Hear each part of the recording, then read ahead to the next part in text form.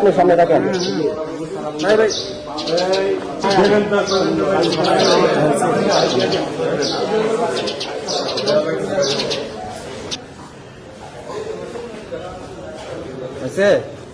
একটু হারান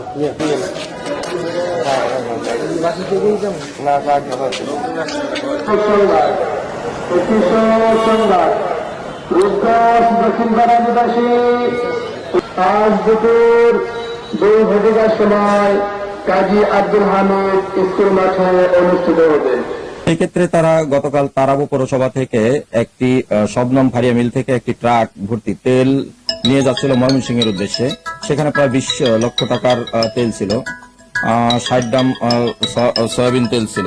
সেই সয়াবিন তেলের গাড়ি নিয়ে যখন তারা তারাবো পৌরসভা ক্রস করে মুরাপাড়া বানিয়াদি উপস্থিত হয়, তখন একটি হাইস গাড়িতে 7 থেকে 8 জন ডাকাত দল তাদের হাইস গাড়ি দিয়ে ওই ট্রাকটাকে গতিরোধ করে তাদের ড্রাইভারকে গাড়ি থেকে পুলিশের পরিচয় দেয় যে তারা পুলিশের লোক, পুলিশের পরিচয় দিয়ে তাদেরকে গাড়ির কাগজপত্র আছে কিনা চেক করার জন্য বললে, তখন তারা ড্রাইভারের কাছে কাগজ নিয়ে ড্রাইভারকে তাদের হাইস গাড়িতে তুলে নিয়ে যায় এবং তুলে নিয়ে তাকে যখন রওনা করে, এই সংবাদ পাওয়ার সাথে সাথে আমাদের রূপগঞ্জ থানার একটি চৌকস টিম এসআই নাজিমুদ্দিনের নেতৃত্বে তাদের পিছনে যেতে থাকে। পিছনে ধাওয়া করার ফলে তারা বানিয়াদি পৌঁছলে তারা তাদের ওই মাইক্রোবাসটাকে আটক করতে সক্ষম হয়। এই আটককালে তাদের মধ্যে থেকে 2 জন ডাকাতকে গ্রেপ্তার করে। একজনের বাড়ি কিশোরগঞ্জ আর একজনের বাড়ি 2500।